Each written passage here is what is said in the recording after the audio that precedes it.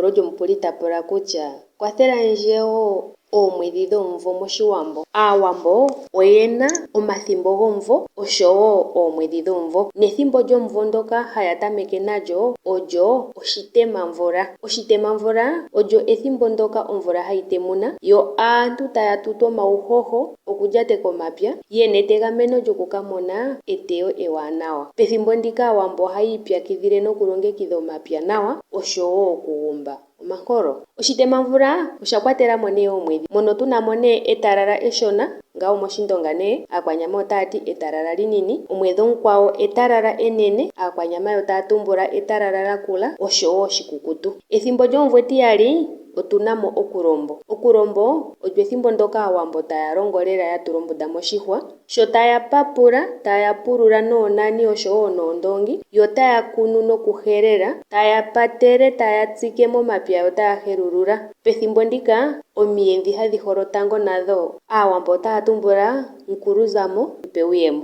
Kombinga yongongola nayo mba yena hadhi umbu mbala, aasamane otaya imemehele owala ketayego. Okulombo okwa kwatelamo oomwedhi dhomadhina nga. Omuna kuungumene komapya, kwenyona, koombe noongongo oshowo okwenye kwakula. Muno ohamu kala ngaa noluteni, ngaashi kwenye kwakula oha kala noluteni nokuli. Ethimbo lya landulako ndono hali ithanwa okufu.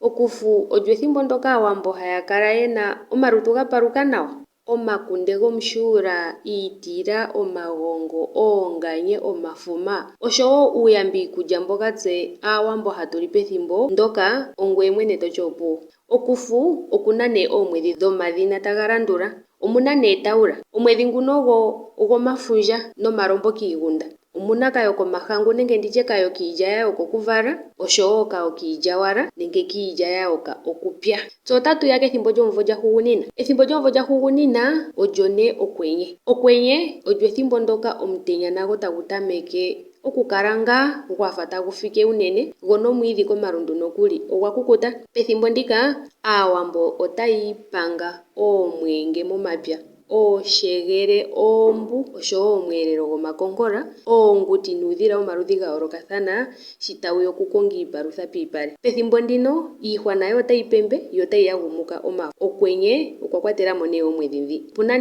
kayo kiipale nenge nditye kayo kiilya ya yoka piipale, nomwedhi omukwawo omuna epembagona oshowo epemba enene nenge aakwanyama taya tumbula kutya epemba lakula.